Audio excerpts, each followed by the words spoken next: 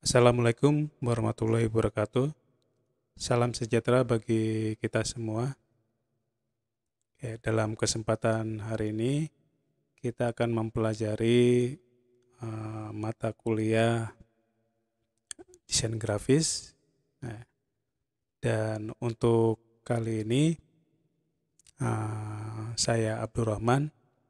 Saya akan membimbing teman-teman mahasiswa mulai dari pertemuan 9 sampai dengan pertemuan ke-16 ya. Dan untuk materi yang ke-9 ini, di sini kita akan membahas tentang perangkat keras desain grafis ya atau multimedia ya. Biasanya kalau desain grafis ada keterkaitannya dengan multimedia gitu ya. Jadi perangkat keras apa aja yang kaitannya dengan desain grafis ya. Nah, kita akan kenali dulu ya tentang perangkat keras multimedia atau desain grafis ya. Jadi di sini perangkat keras desain grafis itu merupakan alat pengolahan data berupa teks ya, berupa gambar, audio, video atau animasi yang bekerja secara elektronik dan otomatis. Tuh. Nah, kalau kita mengoperasikan ya, yang ringan aja contohnya, mengoperasikan aplikasi Paint ya. Nah, untuk Paint di dalamnya gitu kita bisa mengolah data ya, mengolah data mulai dari teks, gambar ya. Dan di situ ketika kita membuat diperlukan perangkat keras. Nah, perangkat kerasnya adalah komputer di sini. Oke, itu ya. Terus selanjutnya unsur-unsur utama dalam sistem perangkat keras desain grafis atau multimedia antara lain yaitu unit input ya. Terus ada CPU. CPU itu Central Processing Unit ya. Terus ada lagi storage memory dan unit output. Yang keempat ini saling berhubungan. Makanya di sini ada istilah sistem ya, sistem perangkat keras.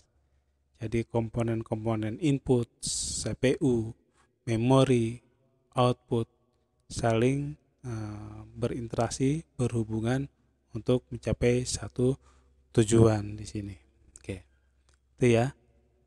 Nah, sedangkan yang merupakan unsur tambahan ya ada istilah communication link ya. Nah, ini kaitannya dengan alat untuk mengkomunikasikan ya. Kalau di komputer itu contohnya modem LAN ya, itu bisa dikatakan sebagai communication line. Itu ya. Dan untuk yang unit CPU, storage ya dan output kita akan bahas di slide berikutnya ya. Nah, untuk masukan atau input device ya. Di sini untuk fungsinya yaitu tempat untuk memasukkan data dan program yang akan diproses ya. Ya, sebagai contoh kita menggunakan keyboard atau mouse ya. Itu merupakan alat untuk masukan atau input device. Nah, ketika kita ngetik, kita klik secara tidak langsung kita memasukkan data ya. Data yang berupa teks ya, data yang berupa klik kiri, klik kanan ya. Nah, dan nantinya akan diproses di tahap selanjutnya yaitu unit proses gitu. Terus selain tempat untuk memasukkan data dan program, juga menerjemahkan kode-kode yang dikenal oleh media input ya ke dalam kode-kode yang dikenal komputer multimedia atau desain grafis ya. Nah, nah sebenarnya ketika kita contoh mengklik kiri, mengklik kanan ya, kalau secara ilmu ke komputer atau ke elektronik itu istilahnya itu adalah kode ya, kode yang akhirnya nanti akan diterjemahkan oleh komputer ya. Nah, kita di sini kan cuma hanya tahunya kalau kita ngetik A ya nanti di monitor munculnya huruf A. Padahal di dalam proses itu ada penerjemahan kode. Gitu ya. Terus yang ketiga yaitu mengirim data yang sudah berbentuk bit-bit ya ke dalam storage ya. Storage itu berarti yang untuk penyimpanan ya. Jadi mengirim data awalnya itu dalam bentuk bit-bit ya. Ya, bit-bit itu biasanya kalau secara elektronik kalau komputer itu modelnya dia datanya berbentuk bit 101010. Ya. Terus untuk contoh perangkat unit masukan ya. Nah, tadi yang sudah saya singgung yaitu ada keyboard ya. Keyboard merupakan alat dari input masukan ya. Terus yang lainnya misalnya ada mouse, joystick, ya trackball, terus trackpad, terus touchscreen ya atau like pen dan remote control. Terus ada lagi alat pembaca optik ya. Ada pembaca optik, ada scanner ya ketika kita mau memindahkan foto ya, memindahkan gambar ya, lewat scan ya. Terus ada optical mac reader ya, optical character reader ya, handheld scanner, terus dan lain-lainnya yang kaitannya untuk sebagai pembaca optik ya atau pemindah ya, pemindah. Terus ada lagi alat pembaca magnetis ya. Jadi contohnya sini magnetic ink character recognition ya. Nah, ini juga ATM juga bisa dikatakan sebagai alat pembaca magnetis ya. Tuh, contohnya kalau kita menggunakan kartu ya akan terbaca secara otomatis. Nah, kartu itu bisa dikacakan sebagai alat untuk membaca magnetis yang di dalamnya sudah ada memori. Modelnya adalah model chip ya. Terus ada lagi alat input pengenal suara ya. Jadi speaker contohnya ya. Nah, atau mic ya istilah lainnya. Terus contoh lain ada sistem vision input yang merupakan alat untuk memungkinkan input visual terbatas ke sistem komputer.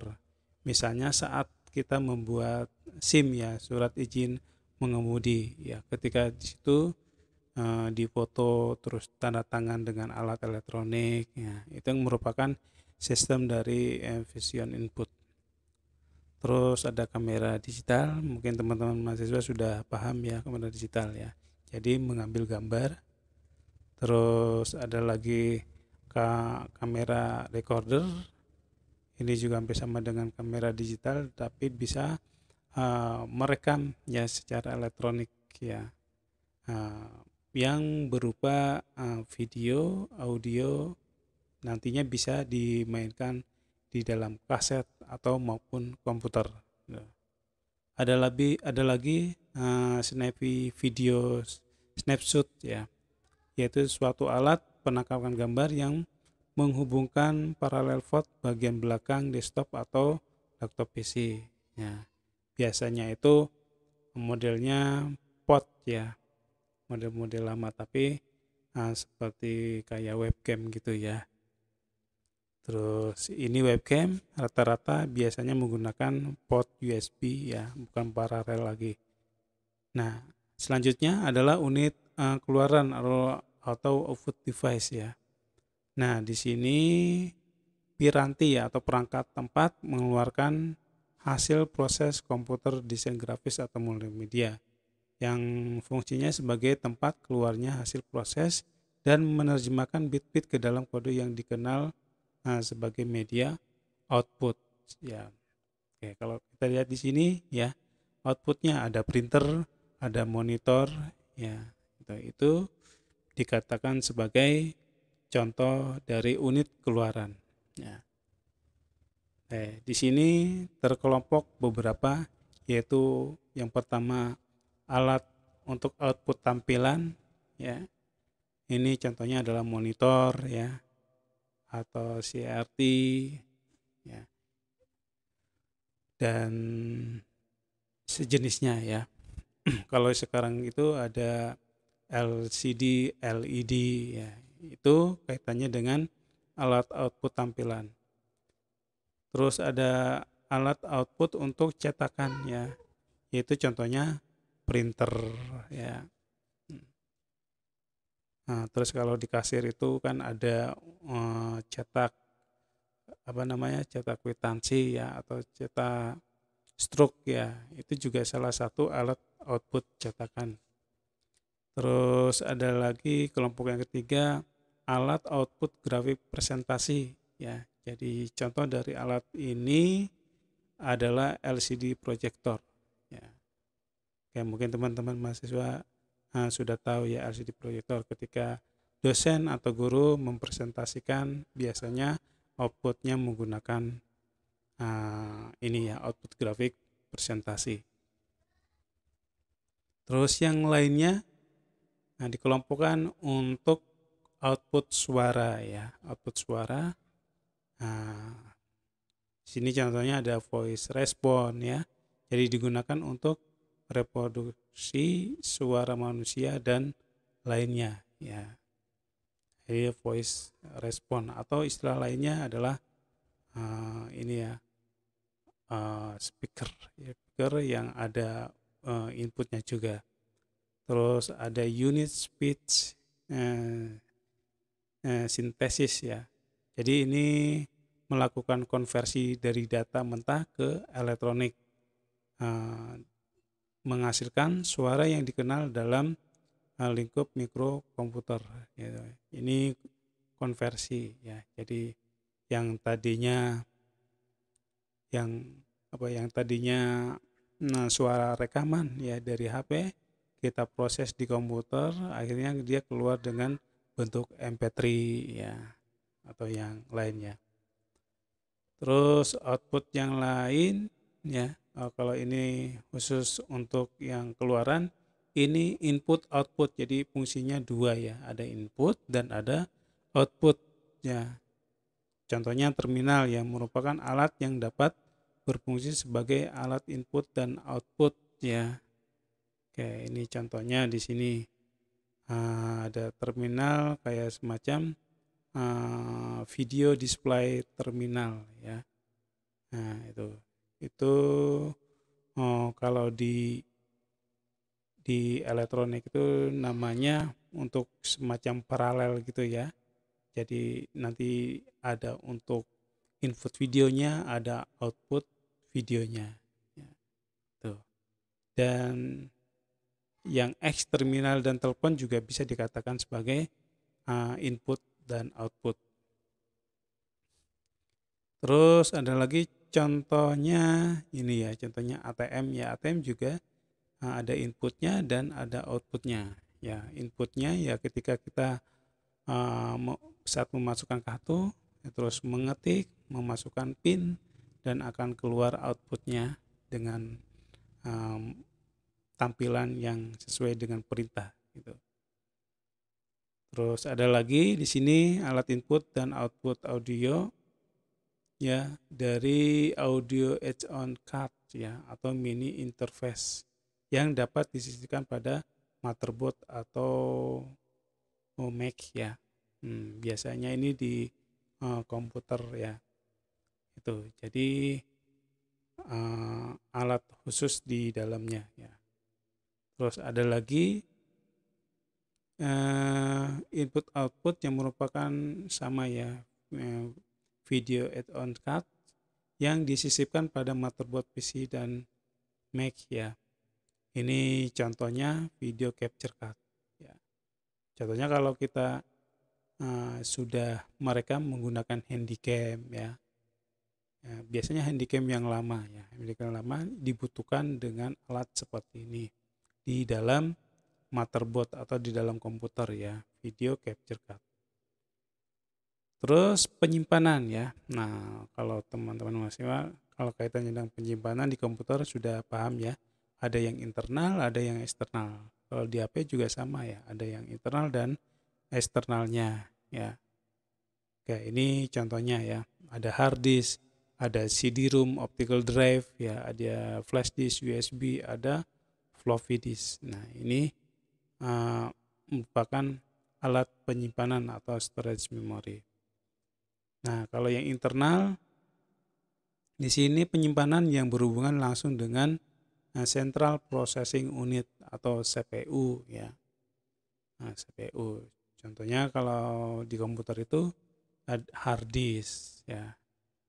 Kalau di HP itu memori internalnya jadi satu di dalam motherboardnya yang tidak bisa untuk ditambah ya. Kalau ingin ditambah kapasitasnya yaitu yang eksternalnya. Itu ya. Terus umumnya penyimpanan ini bersifat volatile ya, atau data akan hilang jika listrik mati. Ini tipe internal yang lain ya. Contohnya seperti RAM, DRAM, SRAM, EDO, dan lain-lainnya. Nah, kalau kita di handphone juga ada ya, berapa kapasitas RAM-nya ya. Itu juga dikatakan sebagai memori, tapi memorinya sifatnya volatile ya. Terus namun ada juga yang bersifatnya permanen ya, contohnya ROM ya. ROM atau flash memory. Itu contohnya yang tadi yang saya katakan yaitu hard disk ya. Bisa dikatakan di dalam bagian ini. Terus yang eksternal yaitu penyimpanan ini tidak terhubung langsung dengan CPU ya. Oke, contohnya di sini ada magnetic disk ya. Ini hard disk ya, disket dan interchange hard disk ya. Maaf ya tadi kalau yang kaitannya dengan internal ini yang langsung menempel di dalam ini ya, di dalam motherboardnya ya. Jadi hard disk ini tidak termasuk dalam internal ya. Jadi masuknya di eksternal sini ya. Ini contoh-contohnya. Nah, kalau kita lihat dari gambar seperti ini secara keseluruhan. Mana letak inputnya, mana letak outputnya, mana letak CPU dan memori ya. Nah, kalau kita baca di sini, contohnya kita menggunakan keyboard atau mouse ya. Nah, terus nanti akan masuk ke dalam portnya. Portnya itu adalah input output ya. Ada yang menggunakan PS2, ada yang menggunakan USB ya. Dan ini juga sama output ya. Output device ya. Jadi di sini juga ada input output portnya. Kalau untuk LCD pakainya VGA. Nah, tuh. Terus nanti di sini akan diproses ya. Akan diproses dan tentunya di sini ada istilah database ya. Terus ada address bus ya. Ini untuk melanjutkan perintah ya, melanjutkan perintah ke dalam CPU. Ya, ini Central Processing Unit ya. Di sini ada CU, di sini ada ALU. Kalau CU itu yaitu control unit ya, kaitannya dengan pengawasan. Terus kalau yang ALU, Arithmetical Logic Unit, itu kaitannya dengan untuk pemrosesan secara matematika dan logika. Nah, di sini akan saling ini ya, saling berhubungan ya antara input, output ya dan memori ya. Untuk proses dari input akan dikeluarkan terakhir di output device ya. Jadi kalau kita mengetik huruf A nanti prosesnya akan masuk ke sini dulu database,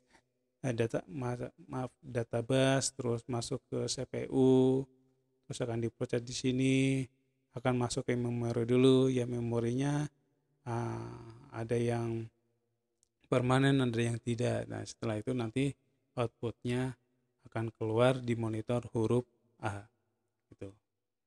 Oke itu ya kaitannya dengan perangkat keras yang ada kaitannya dengan desain grafis atau multimedia. Oke saya kira itu dulu. Oke untuk pertemuan ke-9 ini ya, terima kasih. Wassalamualaikum warahmatullahi wabarakatuh.